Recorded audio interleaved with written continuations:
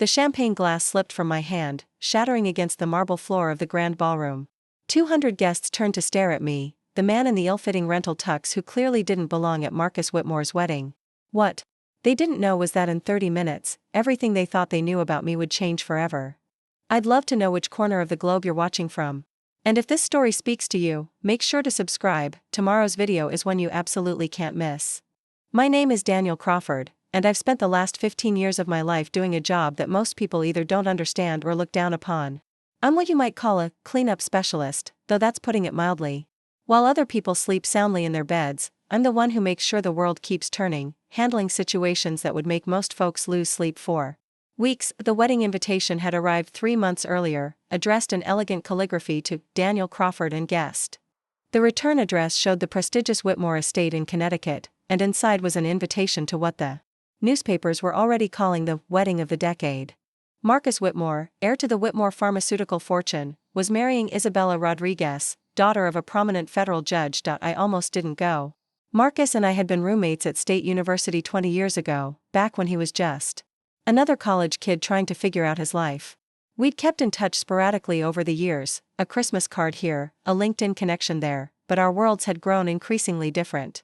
He'd inherited his father's empire and moved in circles of politicians, celebrities, and old money families. I'd chosen a different path entirely, but Marcus had called me personally. "Danny, you have to come," he'd said, using the nickname only my closest friends knew. "It wouldn't be the same without you there. Besides, I want Isabella to meet the guy who saved my life in college." He was referring to an incident our senior year when he'd gotten involved with some unsavory characters over gambling debts.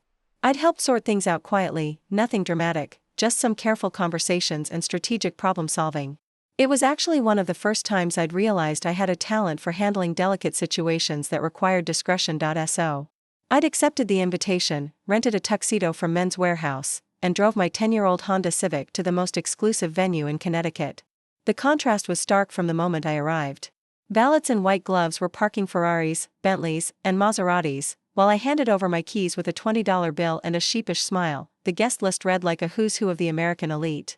I recognized senators, Fortune 500 CEOs, movie producers, and at least 3 people who'd been on the cover of Forbes in the past year. Everyone seemed to know everyone else, air-kissing and discussing their latest ventures in the Hamptons or their children's acceptances to Ivy League schools. I found myself gravitating toward the edges of conversations, nursing a single glass of champagne and trying to blend into the ornate wallpaper. When people asked what I did for a living, I'd give my standard vague response: I work in operations. It wasn't technically a lie, but it wasn't the whole truth either. The ceremony itself was breathtaking. Isabella looked stunning in a custom Vera Wang gown that probably cost more than my annual salary, and Marcus beamed with genuine happiness as they exchanged vows. For a moment, watching my old friend find love, I forgot about feeling out of place and just enjoyed seeing someone I cared about so genuinely happy. It was during the cocktail hour that things started going south. I'd been chatting with Marcus's cousin, a real estate developer named Bradley Whitmore, when the conversation turned to careers. Bradley had been going on about his latest luxury condo project in Miami when he inevitably asked about my work. "Operations?" I said, the same response I'd given a dozen times that evening. "Operations for what company?" Bradley pressed, clearly sizing me up. His wife, a woman named Stephanie who wore diamonds like armor, leaned in with obvious interest. "I work independently," I replied, hoping to deflect. "Contract work, mostly." Bradley's expression shifted from polite interest to thinly veiled contempt. So you're like a handyman or something? Fix broken toilets, that sort of thing." Before I could correct him, Stephanie laughed, a sharp, cutting sound. "Oh Bradley, don't be mean. I'm sure Daniel is valuable. Services." The way she said "services" made it clear she thought my work was beneath her notice. Word spread quickly through the reception, as gossip tends to do at these events. By the time dinner was served, I'd overheard at least 3 different conversations, where I was referred to as Marcus's maintenance friend or that guy who does odd jobs. Each comment stung a little more than the last, not because I was ashamed of honest work, but because they were so far off the mark. During dinner, I found myself seated at table 12, clearly one of the overflow tables for distant relatives and plus ones. My table mates included Marcus's elderly great-aunt who spent most of the meal complaining about the music volume, a nervous intern from Isabella's father's law firm, and a couple who seemed more interested in the open bar than the celebration. The Conversations around me ranged from discussions about private jet maintenance to debates about which private schools had the best lacrosse programs. I listened politely, occasionally nodding when someone made eye contact, but mostly I focused on my meal and counted the minutes until I could politely leave. It was during the best man speech that things took a particularly uncomfortable turn. Marcus's brother, Jonathan, was recounting stories from Marcus's bachelor party when he made an offhand comment about how some people work with their hands and others work with their minds. He gestured vaguely in my direction while talking about appreciating all kinds of honest work, and I felt every eye at my table turn toward me with a mixture of pity and condescension. The woman next to me, whose husband owned a chain of luxury hotels, leaned over and whispered loudly enough for half the table to hear, "It's so nice that Marcus stays loyal to his old friends, even the less successful ones." I excused myself and stepped onto the terrace for some air. The evening was warm, and the lights of the harbor sparkled in the distance. I was seriously considering making my excuses and heading home when Marcus found me. "Danny, there you are," he said, slightly tipsy from champagne. "Having a good time?" "It's a beautiful wedding, Marcus. Isabella seems wonderful." He studied my face for a moment. "But you're not having fun. What's wrong?" I debated telling him about the comments and the assumptions, but this was his wedding day. The last thing I wanted was to burden him with my discomfort. "Nothing's wrong. Just getting some air." "Come on, I know you better than that. Talk to me." Before I could respond, we were interrupted by a group of Marcus's college fraternity brothers, all successful in their own right, a hedge fund manager, a tech startup founder, and a prominent surgeon. They pulled Marcus into their circle, and I found myself once again on the periphery of the conversation. "So Marcus tells us you're in the service industry," the surgeon said to me, his tone polite but clearly dismissive. "Something like that," I replied. "That's honest work," the hedge fund manager added, though his expression suggested he thought it was anything but. "Takes all kinds to make the world go round, right?" The tech founder jumped in with what he probably thought was kindness.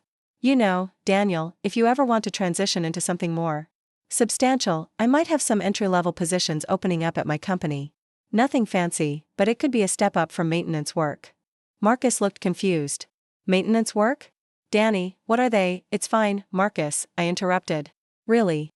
Congratulations again on the wedding." I was about to make my escape when the most uncomfortable moment of the evening occurred. Bradley Whitmore had approached our group, and he was clearly several drinks past his limit. "Well, if it isn't the handyman," he announced loudly, causing several nearby conversations to pause. "Tell me, Danny, can I call you Danny, what's the most expensive thing you've ever fixed?" I'm genuinely curious about the working man's perspective. The group fell silent, and I could feel the weight of their expectations. They wanted me to play along with their assumptions, to be the humble blue-collar worker who knew his place among his betters. The silence stretched uncomfortably as Bradley Whitmore swayed slightly, waiting for my answer about the most expensive thing I'd ever fixed. Marcus looked mortified. Isabella had appeared at his side with concern etched across her face, and the growing circle of wedding guests seemed to hold their breath. "Bradley, maybe we should," Marcus started, but his cousin cut him off with a dismissive wave. No, I'm genuinely interested," Bradley slurred. "I mean, we all live in different worlds, right? I close deals worth millions, Jonathan here runs the family foundation, Marcus revolutionizes pharmaceuticals. But somebody's got to unclog the toilets and fix the broken air conditioners. There's dignity in that kind of work." The condescension in his voice was so thick you could cut it with a knife. Several people shifted uncomfortably, but others leaned in closer, drawn by the spectacle. I could see phones being discreetly positioned. Someone was probably live streaming this to their social media followers. Isabella stepped forward, her voice firm but diplomatic. "Bradley, I think you've had enough champagne for tonight. Why don't we?" "Oh come on, Bella," he interrupted, using a nickname that made her wince. "I'm just making conversation. Getting to know the little people in Marcus's life. It's important to stay grounded, you know." That's when something inside me shifted. I'd spent the entire evening being polite, deflecting, trying not to cause a scene at my friend's wedding. But there's a line between humility and allowing yourself to be humiliated, and Bradley had just crossed it. "You really want to know?" I asked quietly. Bradley grinned triumphantly. "Absolutely. Educate us." A lot of love and effort went into bringing this story to life. If you're enjoying it, we'd be so grateful if you'd subscribe to our channel. Now, back to where we left off. I looked around the circle of faces, some eager for drama, others cringing with secondhand embarrassment, a few genuinely curious. Marcus caught my eye and gave me an almost imperceptible nod, as if to say he trusted whatever I was about to do. The most expensive thing I ever fixed was a situation in Montenegro 3 years ago. A tech billionaire's daughter had been kidnapped by a human trafficking ring. The family had paid 2 separate ransom demands, but the kidnappers kept moving the goalposts. Local authorities were compromised, the FBI's hands were tied by international jurisdiction issues, and private military contractors wanted to go in guns blazing, which would have gotten the girl killed. The smug expression began to fade from Bradley's face. I spent 6 weeks in the Balkans, working with a network of contacts I'd built over 15 years. Former intelligence operatives, reformed criminals, people who understood how these organizations actually work. We tracked the girl through 4 different safe houses, identified every member of the trafficking cell, and mapped their entire operation. The terrace had gone completely quiet. Even the string quartet seemed to have paused between songs. The extraction took place on a Tuesday morning at 3:47 a.m. No shots fired, no violence, no international incident. The girl was returned to her family unharmed, and the trafficking ring was dismantled from the inside out. 17 other victims were freed in the process.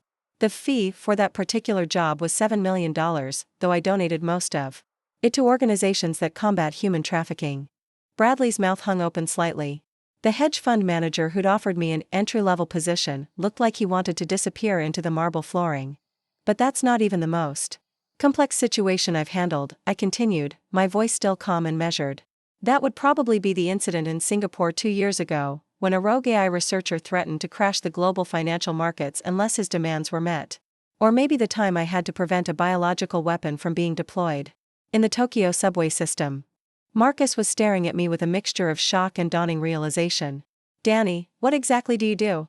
Before I could answer, my phone buzzed with a specific ringtone, one I'd hoped not to hear tonight. The caller ID showed only a series of numbers that I recognized immediately. This was the kind of call that meant someone, somewhere, was in mortal danger. Excuse me for just one moment, I said, stepping away from the group. Crawford, I answered, the voice on the other end was crisp, professional, with just a hint of urgency. Daniel, we have a code red situation developing. How quickly can you be operational? I glanced back at the wedding reception, at Marcus's confused face, at the gathering of people who'd spent the evening treating me like hired help. I'm currently at a social function. What's the timeline? 12 hours, maximum. We have credible intelligence about a coordinated attack on 3 major infrastructure targets. The perpetrators have inside information that suggests a government leak. We need someone with your specific skill set to identify and neutralize the threat. Send me the briefing. I'll be wheels up within 2 hours. Already en route to your location via secure courier. And Daniel? This one's presidential priority. The commander-in-chief specifically requested you for this operation.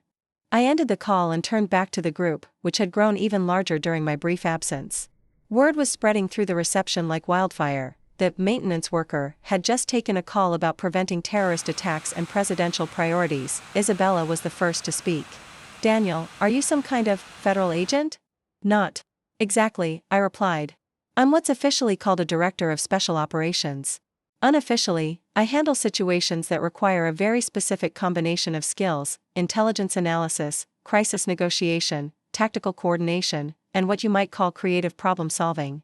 Marcus's brother Jonathan stepped forward, his earlier condescension replaced by genuine curiosity. You mean you work for the government? I work with the government, among others. Also foreign allies, international organizations, sometimes private clients when their problems intersect with national security interests.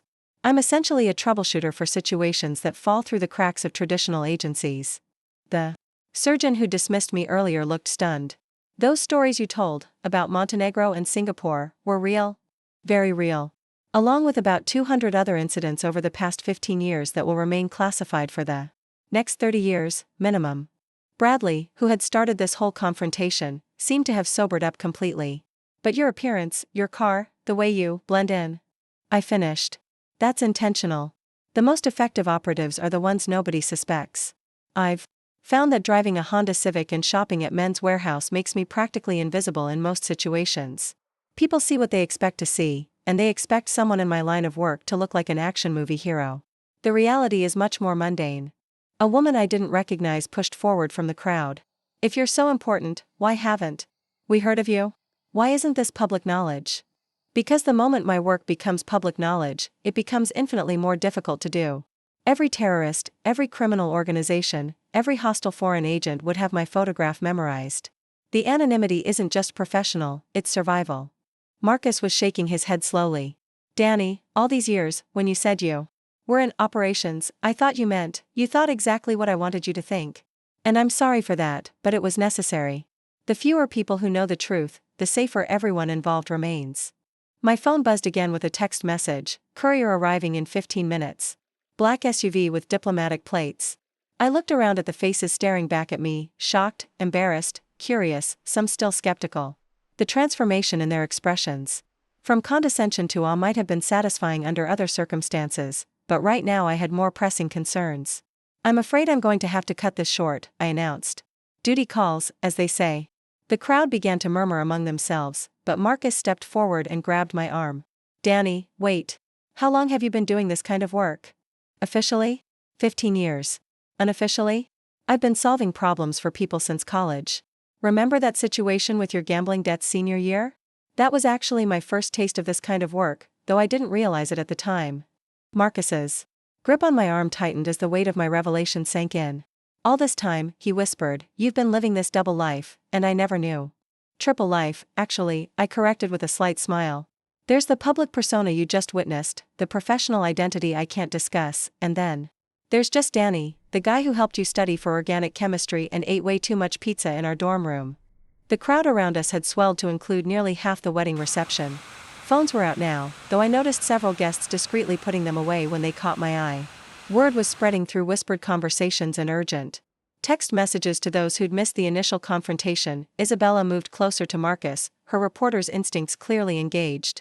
Daniel, the work you described, preventing terrorist attacks, dismantling trafficking rings, how does someone even get into that line of work? Before I could answer, a new voice cut through the murmur of the crowd. Ladies and gentlemen, if I may interrupt. Everyone turned to see Father Michael O'Brien, the priest who had officiated the ceremony, making his way through the gathered guests. He was a distinguished man in his 60s, with silver hair and the kind of commanding presence that had made his sermon earlier both moving and memorable. Father O'Brien, Isabella said, clearly relieved by the interruption. We were just, I heard, he said quietly, his eyes fixed on me with an expression I couldn't quite read. Mr. Crawford, might I have a word with you privately? The crowd began to disperse reluctantly, sensing that the evening's drama was far from over but recognizing the authority in the priest's voice. Marcus looked between us, confused.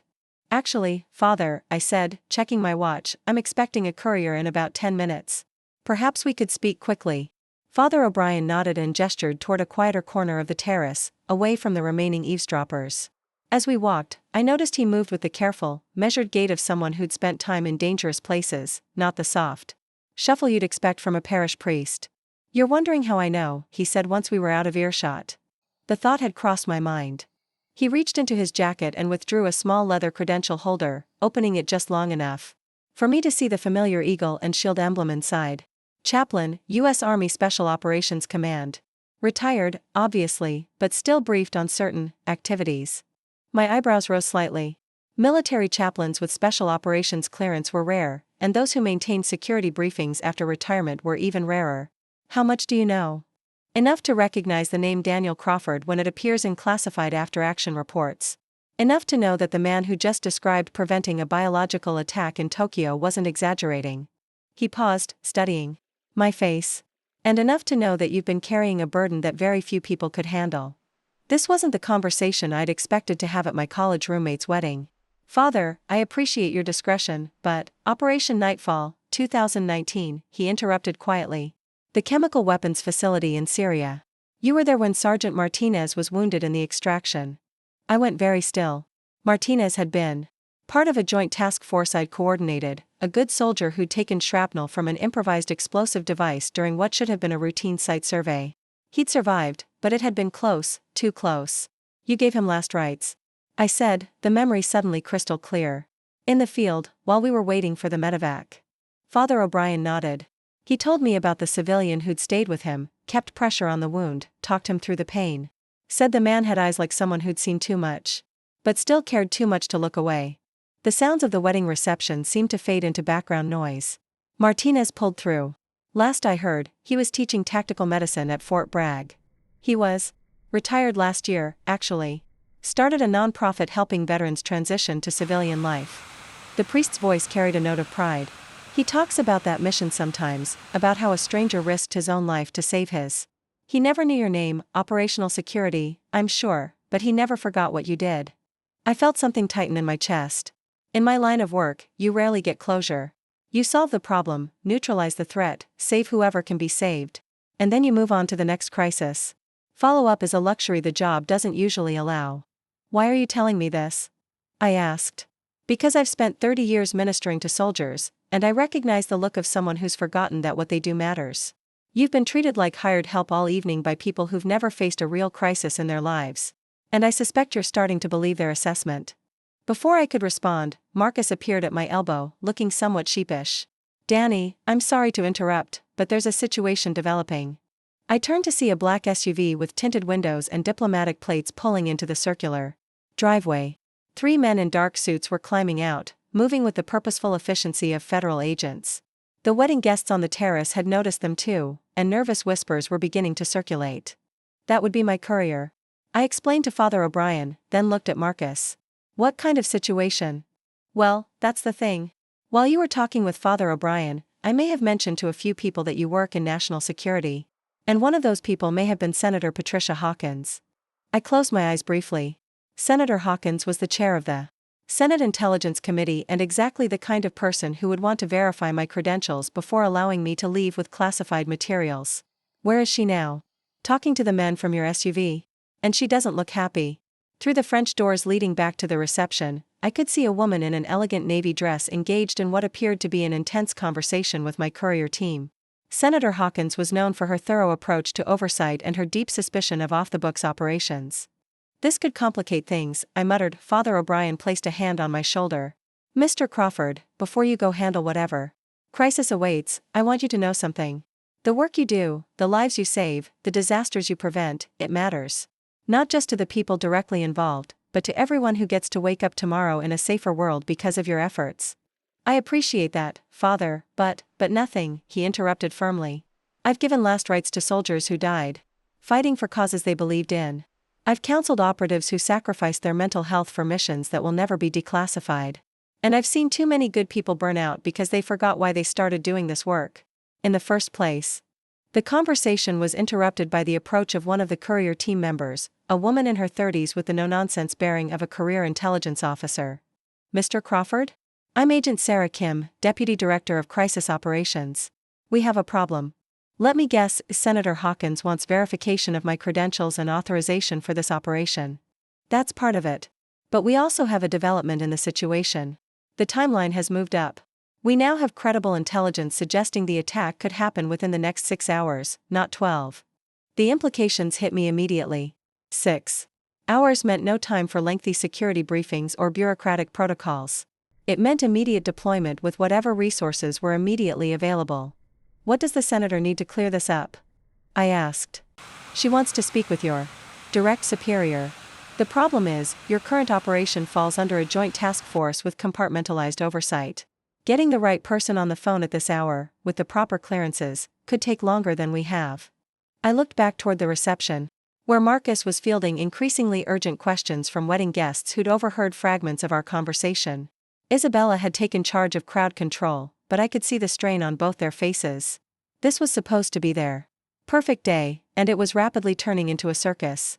There might be another way, Father O'Brien said quietly. Both Agent Kim and I turned to him in surprise. Senator Hawkins and I served together on a defense oversight committee 3 years ago, before I retired. We've maintained a professional relationship. If she trusts my assessment of the situation, it might expedite things. Agent Kim looked skeptical.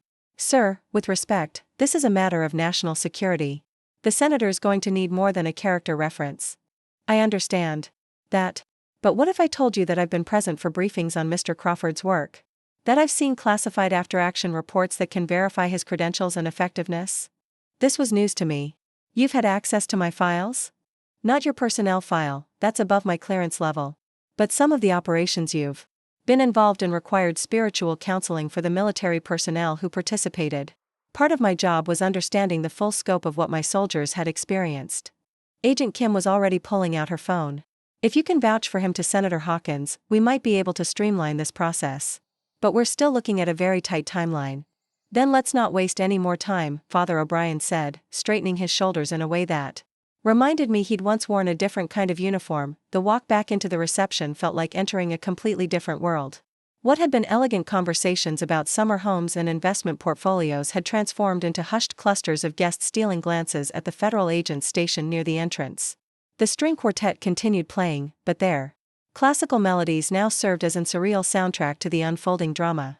Senator Patricia Hawkins stood near the main entrance, her posture radiating the authority that had made her one of the most feared oversight officials in Washington. At 62, she had silver hair pulled back in a perfect chignon and the kind of sharp intelligence that had earned her the nickname, the Scalpel, among intelligence community insiders. She was currently engaged in what appeared to be a tense discussion with Agent Kim's team leader. Senator Hawkins, Father O'Brien called out as we approached, his voice carrying the easy confidence of someone accustomed to diffusing difficult situations. She turned, and her stern expression softened slightly when she recognized him. Michael? What on earth are you doing here? Officiating the wedding, actually. Marcus Whitmore is a parishioner at St. Catherine's. He gestured toward me. And it seems I can help resolve your current dilemma regarding Mr. Crawford's credentials. The senator's eyes sharpened as she looked me up and down, taking in my rental tuxedo and unremarkable appearance. This is the man they're telling me is some kind of superoperative? He looks like he sells insurance. That's rather the point, Father O'Brien replied smoothly. The most effective operatives are often the ones you'd never suspect. I can personally vouch for Mr. Crawford's credentials and his record of service. Agent Kim stepped forward. Senator, with respect, we're operating under severe time constraints. If Father O'Brien's endorsement can expedite the clearance process, I'll need more than an endorsement, Senator Hawkins interrupted. Michael, you're talking about authorizing a classified operation based on your word alone. Even our friendship has limits. That's when things took an unexpected turn.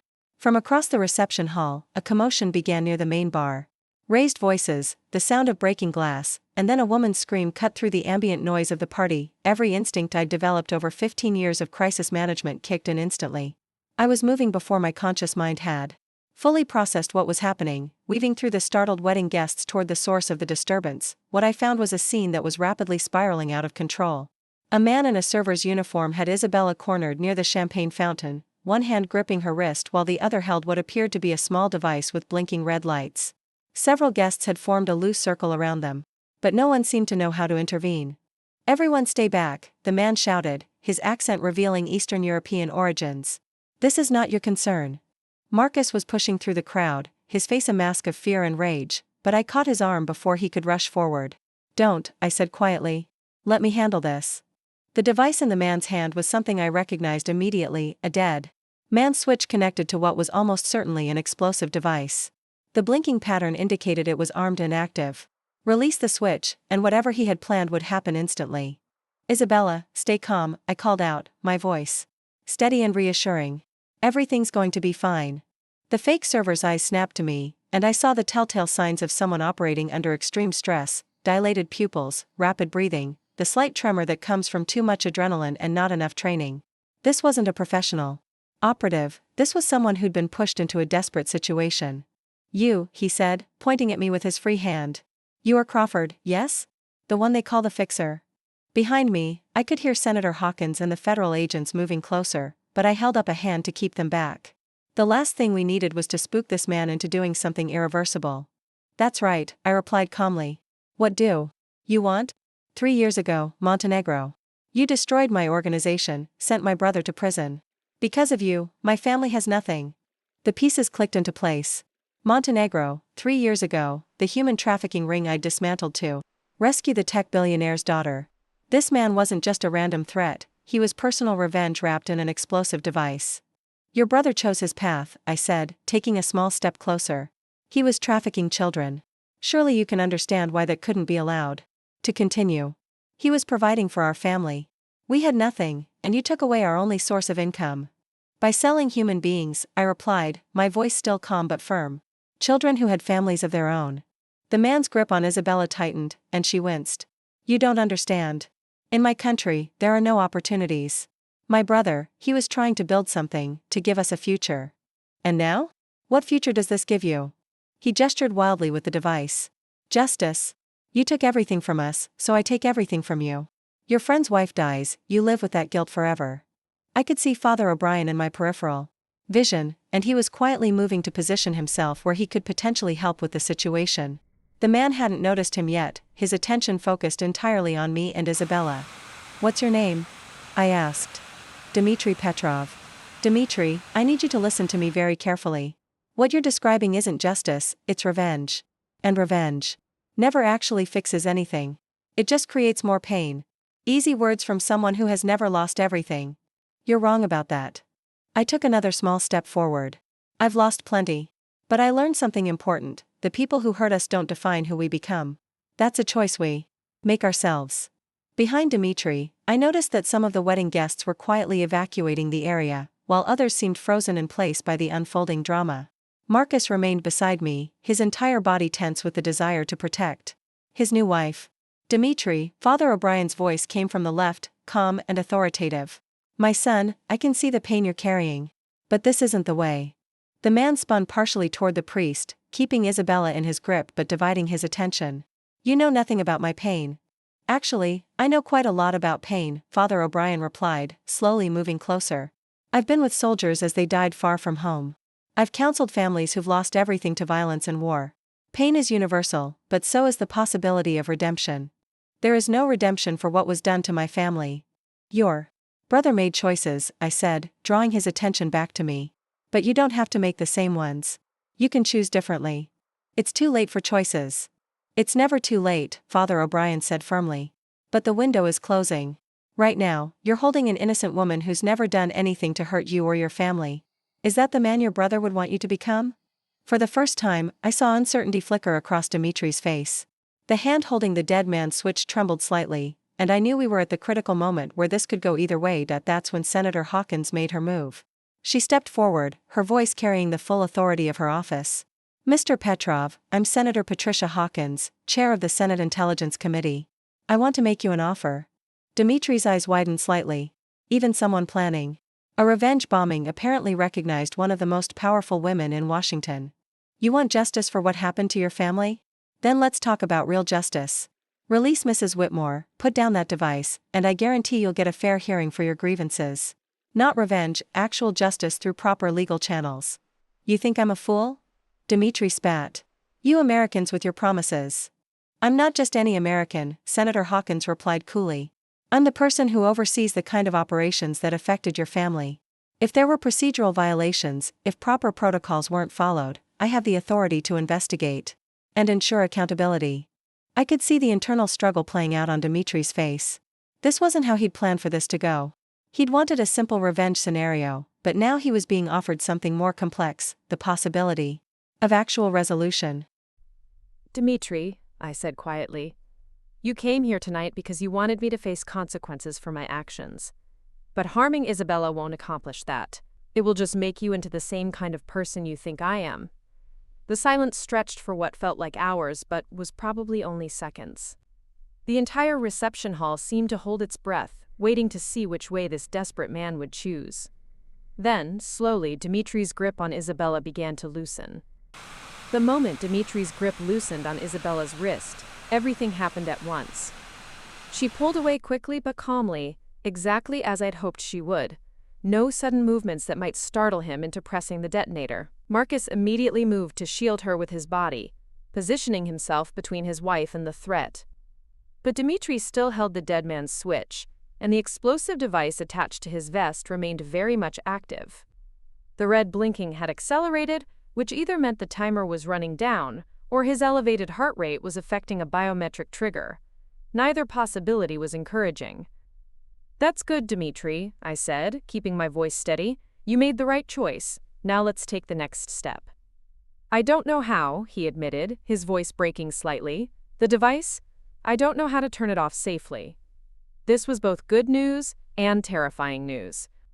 Good, because it meant he genuinely wanted to de-escalate. Terrifying because improvised explosive devices built by amateurs were notoriously unstable, especially when the person wearing them didn't fully understand how they worked. Agent Kim appeared at my shoulder, speaking in low, urgent tones. "Our bomb disposal unit is 20 minutes out, minimum.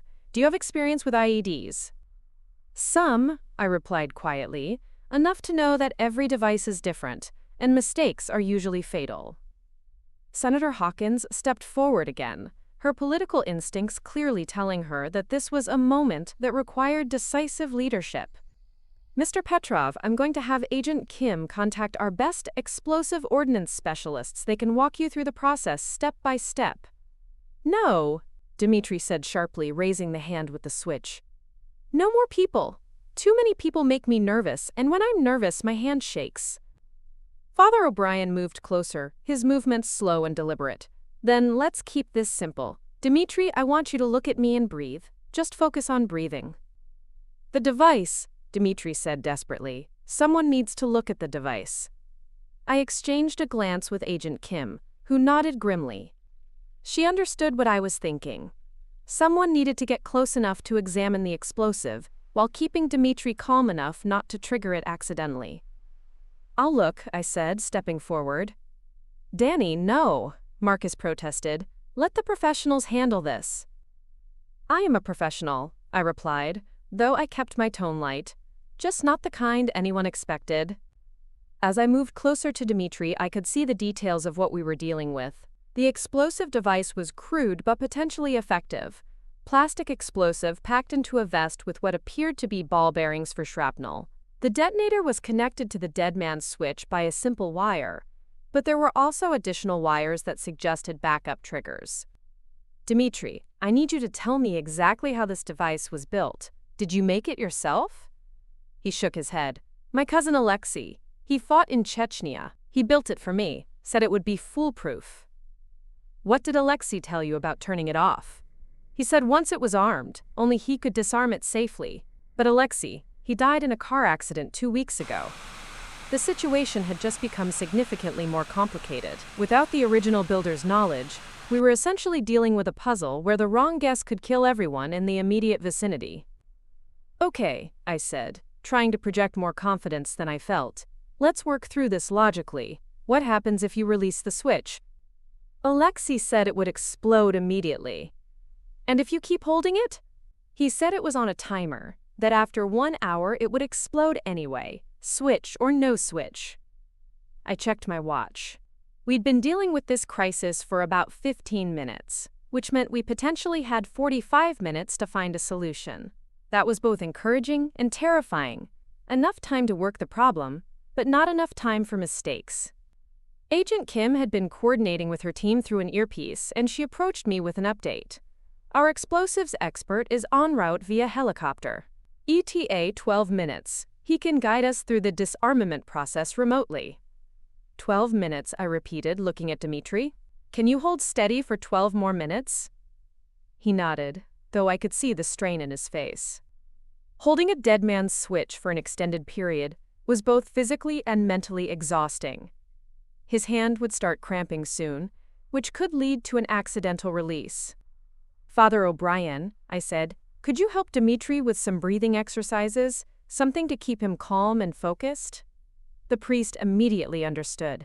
Of course. Dmitri, I want you to close your eyes and focus on my voice. We're going to breathe together, slow and steady.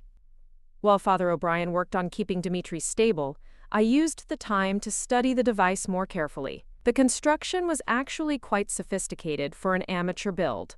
Multiple redundant triggers, professional-grade explosives, and what appeared to be a tamper-evident mechanism that would detonate the device if someone tried to remove it incorrectly.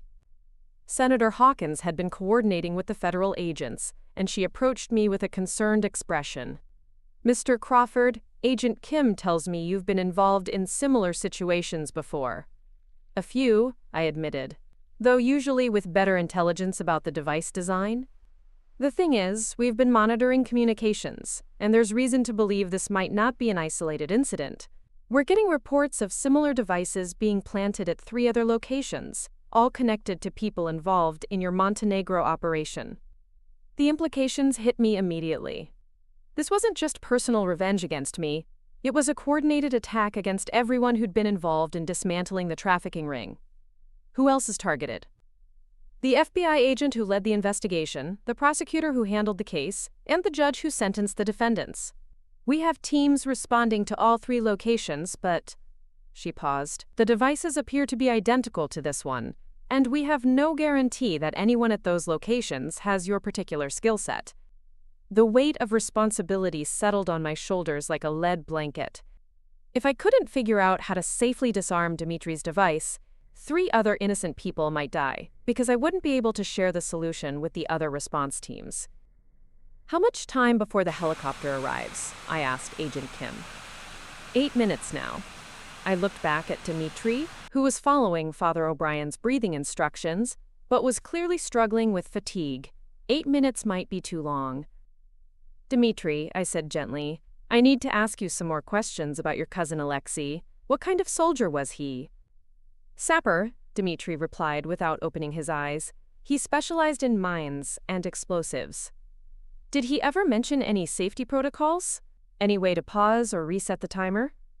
He said there was a sequence, something about the Lord's Prayer. Father O'Brien's eyes snapped open. What about the Lord's Prayer? Alexei was very religious, even after the war. He said he built a safety sequence into the device based on the prayer, something about reciting it while pressing certain combinations. This was the first potentially useful information we'd received. Dimitri, do you remember the specific sequence? Not exactly, but he said it had to be done in Church Slavonic, the old language. And there were numbers involved, something about the verses. Father O'Brien was already moving, pulling out his phone. I can look up the Church Slavonic version of the Lord's Prayer. If the sequence is based on verse numbers or word counts? Do it, I said, and do it fast. Meanwhile, I continued studying the device, looking for any indication of how a prayer-based sequence might be implemented. There were several small buttons or switches that I'd initially assumed were part of the detonation mechanism, but now I wondered if they might be part of the safety system. Got it, Father O'Brien announced. The Lord's Prayer in Church Slavonic has specific traditional verse divisions. There are 7 verses total, with varying word counts. 7 buttons, I realized, looking at the device. There are 7 small switches arranged around the main detonator. Dimitri opened his eyes. Yes, Alexei showed me. He said if someone knew the sequence, they could disarm it safely, but he never taught me the full pattern. The sound of rotors in the distance indicated that our explosives expert was arriving, but we might not have time to wait. Dimitri's hand was visibly shaking now, and his breathing was becoming more labored. Father, I said urgently, if you were going to create a sequence based on the Lord's Prayer verses, what would be the logical pattern? Numerically, it could be based on word count per verse, or verse order, or… His eyes lit up. Or it could be the traditional Orthodox pattern of recitation during services. There's a specific rhythm and emphasis that's been used for centuries. Agent Kim's voice crackled through her earpiece. Explosive Ordnance Disposal Specialist is landing now. He'll be here in 3 minutes. I looked at Dimitri's trembling hand, at the sweat beading on his forehead, at the exhaustion that was rapidly overtaking his ability to maintain control. We might not have 3 minutes, I said grimly. Dimitri's hand was shaking violently now, and I could see the moment of decision approaching faster than any of us were prepared for. The explosives expert was still 2 minutes away, but Dimitri's grip on the dead man's switch was failing. Father, I said urgently, we need to try the sequence now. Without knowing if it's correct? Look at him, we're out of time. Father O'Brien nodded grimly and pulled up the Church Slavonic text on his phone. The traditional Orthodox recitation pattern follows a 7-beat rhythm. If Alexei based the sequence on that… Talk me through it, I said, positioning myself next to the device. The first verse has 9 words in Slavonic, the second has 7, third has 12. I examined the 7 small switches on the device. They were numbered, but not in order. Instead, they seemed to be arranged in a pattern that might correspond to the prayer's structure.